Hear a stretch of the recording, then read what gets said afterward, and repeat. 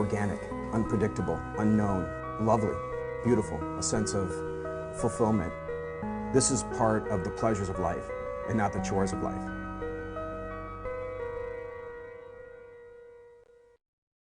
Coming up on Daily Iowan TV, will the UI be seeing another tuition freeze? We've got the details next. And April showers bring May floods. We'll show you what to expect this season. And in sports, we sat down with football head coach Kirk Barnes before this weekend's spring scrimmage. We have it all at the top of the hour. Daily Iowan TV starts now.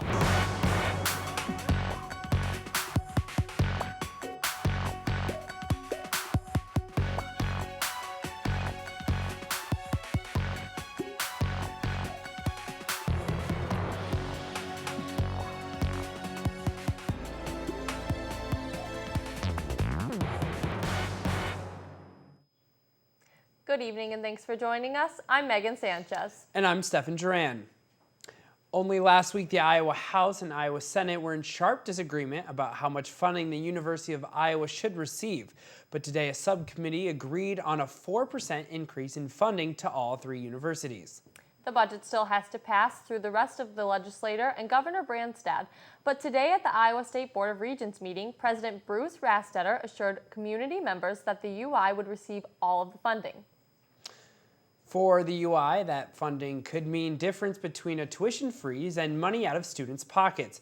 I took a closer look today at what it means for the UI. Check it out.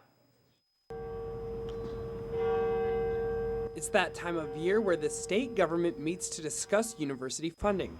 And this year, a tuition freeze is on the line. We'd freeze tuition for undergraduate in-state students if and only if there's a 4% increase to each of the regent universities. That 4% increase is what the Board of Regents and the state agreed on earlier, but as of last week, the Iowa House's budget proposal had different numbers.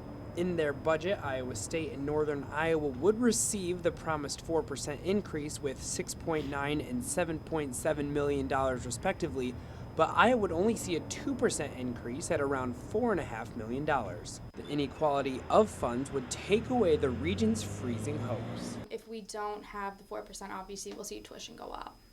So the 4% that was originally proposed by the universities is necessary in order to keep the tuition freeze next year and to keep the cost for out-of-state students low. The out-of-state is going up, but it's a modest increase. So if we don't get this 4%, you'll see tuition go up. A conference committee is currently discussing the House's lack of funding for the UI, and if all goes well, officials hope to see the 4% increase incorporated back into the budget. You can read more about this in tomorrow's edition of the Daily Iowan. If you've gotten drenched this week walking in the rain, be prepared for more to come in the next few days. But luckily, you don't have to worry about all of this sudden rain causing more Iowa City flooding. In fact, Iowa City is still in a drought from the lack of rain this spring. This is causing some concern among Iowa City officials about the low reservoir level right now, which functions as the city's water supply. The reservoir level is very low. It's actually about 4 feet below the normal conservation pool level, which is unusual for this time of year. But that does correspond with that drought classification that we're in right now. Even though the Iowa River keeps creeping up higher and higher, Fall says not to worry about flooding. The city won't get worried about flooding until rainfall begins to exceed 1 inch per hour, which is not in the forecast anytime soon. Although we're expected to get rain in the next few days, Iowa City should manage to avoid some of that storm's heaviest rainfall. Legalizing marijuana for medical use is making a comeback in the Iowa legislature. A 3-member subcommittee approved a bill that would allow those with chronic epilepsy to use an oil derived from marijuana for treatment. This oil can't be smoked and wouldn't create a high. The lawmakers' minds were changed after a group of women with epileptic children pushed for the review of the bill. A technology security breach rattled Iowa State University yesterday, compromising almost 30,000 social security numbers. A hacker or group of hackers broke into servers that contained student social security numbers and ID numbers. Their mission, though, was to find enough computing power to create bitcoins. Although it was left exposed, there is no evidence the private information on the servers was accessed. I was really starting to get excited for this hot weather, but it looks like the gloomy and rainy April days may be rolling in. For more on the weather, let's toss it over to Maria Palladino in the weather studio to see how much rain is coming our way this week. Maria? Thanks, Megan. That's right. The true spring weather is finally starting to kick in with cloudy and rainy days here in Iowa City. All day tomorrow, there will be scattered showers starting in the morning with temperatures around 51 degrees. In the afternoon, it will be 68 degrees with a higher chance of rain at 80%. Finishing out Thursday evening, temps will fall to 54 degrees with a 45% chance of precipitation. Looking into the rest of the weekend will start off with gorgeous weather with clear skies on Friday with a high of 74 and a low of 43 degrees. Saturday also brings clear skies with highs almost in the 70s. As the weekend comes to a close, the rain begins again on Sunday with temps around 70 degrees.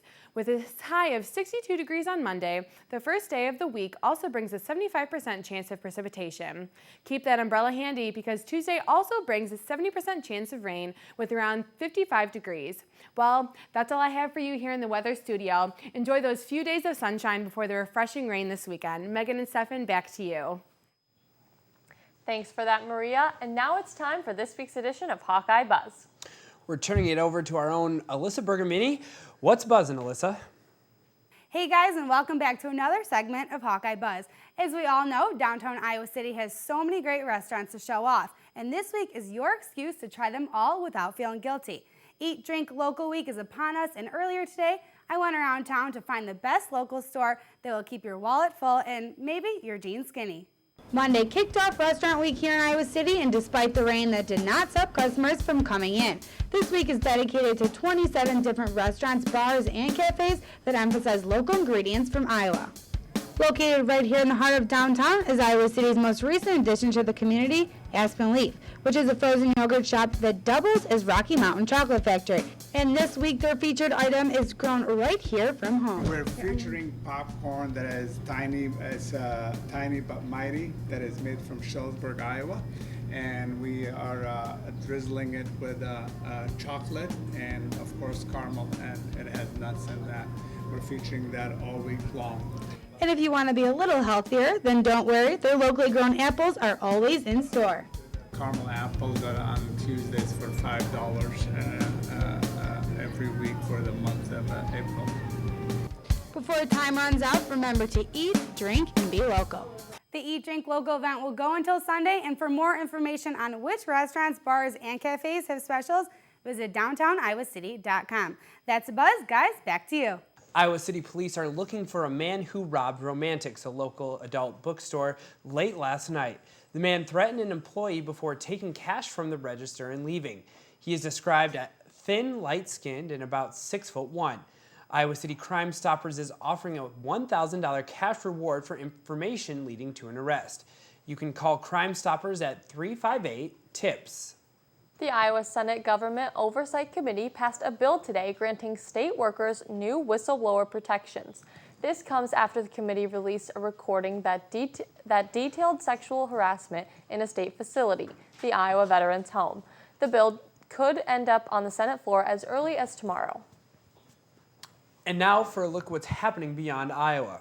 The Supreme Court rejected a plea today that would make it easier for victims of child porn to collect money from the people who view their images online. Among the affected by this was a woman whose childhood rape was widely viewed on the internet. She would have received $3.4 million. Two judges dissented the decision, saying Congress should change the laws to benefit the victims.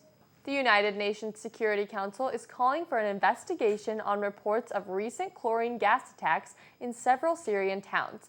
These attacks have occurred over the past few months, causing deaths and injuries. The current UN Council President proposed that the Organization for the Prohibition of Chemical Weapons should play a big role in the investigation. So far, the Syrian government has denied the use of the chlorine gas by the army. For the past 4 weeks, our Daily Iowan TV sports staff have sat down with football coaches every Wednesday as they prepare for next season. Let's toss it over to our sports studio for a look at the last press conference before their spring game this weekend. Guys? That's right, Megan. Today was the last press conference before the big spring scrimmage set to take place in Kinnick Stadium this Saturday. And what better way to lead into the spring game than sitting down with the offensive guru himself, Greg Davis. I'm Jalen Socek. And I'm Danny Payne. Baseball's still to come on tonight's program, but first we take a look at the 2014 football squad. With spring training come to a close, Davis says there are 3 things that always need to get done in order to have a successful season. One is the basic, get your base offense in or defense or whatever. The second thing is you want to look at different things that you saw in the off season, things that you think may be appropriate to implement to what you do. And the third thing is about spring training is you want to look at young kids. While Davis believes a focus on the newer members of the team is important, last season's starting quarterback Jake Rudock says the older guys need not get complacent. I think one of the important things is for us, the older guys, as leaders, we need to keep having that sense of urgency. I mean, the fact is you can't ever get satisfied. Once you get satisfied, then someone knocks you down. And sometimes it takes someone to knock you down to get that sense of urgency back. One particular unit feeling the urgency? The offensive line. With the loss of 2 key players for next season, the depth of the line is the biggest concern. We lost 2 great players in Brett and Connor, and we had some spots to fill, and we tried Sean and a couple guys at left guard, and Sean's doing a heck of a job for us. He's a young kid, but we were all at that spot too, and he's improved quite a bit throughout the spring, and he's doing a great job for us. And we've made a couple steps forward, and we're getting the offense down. We're trying to play faster and everything, but we got a long ways to go. And good thing we have 28 practices before our first game. After this weekend, spring training will come to a close, but like Scherf said, they still have 28 days of preparation before the Hawks take their first snap. One Hawkeye sport in session right now is baseball. With just 6 opponents left in regular season play, the team is starting to rely on home runs and RBIs to secure their wins for the rest of the season. A run batted in is something baseball players pride themselves in getting, with their hit helping someone else score. For junior Jake Mangler, his RBIs have carried even more weight this season, earning him the 2nd most in the Big Ten. Our Daily Iowan TV sports reporter Taylor Axelson sat down with the infielder for our weekly What It Takes segment to see exactly what it takes to become one of the team's most reliable guys at the plate. Jake is one of our best leaders, and he was voted one of our captains. And in all the years I've been coaching, when you vote for captain, it's interesting to see how many guys get a certain number of votes. Jake's the first guy in my career that got all 35 votes. He had a vote from every player on the team to be one of our captains, and that tells you a lot about the type of guy he is. He's always a guy that we go to when we need leadership. He's always been someone that we can depend on and off the field. Obviously his leadership skills on the field are pretty self-explanatory. He's always making plays. He's always picking guys up. And we're obviously thankful to have him. This season they quickly found out when Jake Mangler is up to bat, on base is where you want to be. His bat's been on fire, and it always is, really. I mean, he could be an All-American candidate in all of our eyes. The way he plays is so consistent. In the 2013 season, Jake came up to the plate 149 times and brought 18 teammates across home plate.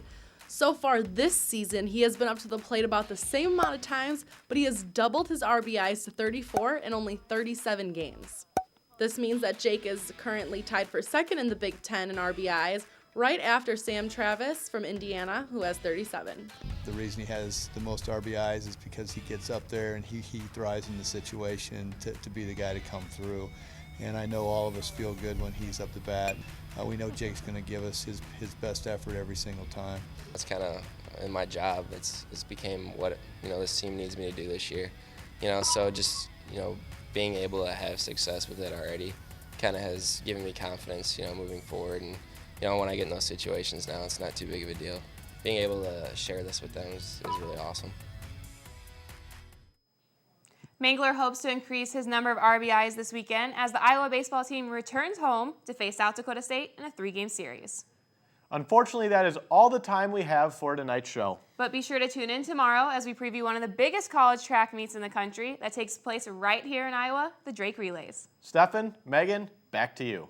Only with Daily Iowan TV can you get an inside look into Thursday's pages of the Daily Iowan. Gardening isn't just for old folks anymore. Read about how people under 35 are digging into the dirt.